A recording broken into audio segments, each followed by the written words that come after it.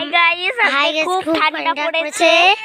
আর আজকে আমরা একটা রোদ্দুরও কিন্তু বেশি, দেখো আমাদের দেখাই যাচ্ছে না অন্ধকারের জন্য। বিশাল রোদ্দুর পড়েছে। আমার মা বাড়ি, আজকে আমার মনে হয় গাইস আজকে ঠান্ডাটা কম পড়বে। একবার এর হচ্ছে সত্যি পাগল, এবার বললো ঠান্ডা পড়বে, আবার ঠান্ডা পড়বে, একটু পড়তে পারি।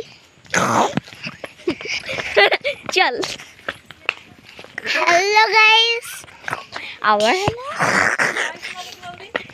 গাইস মানে গাইস মানে তোমরা।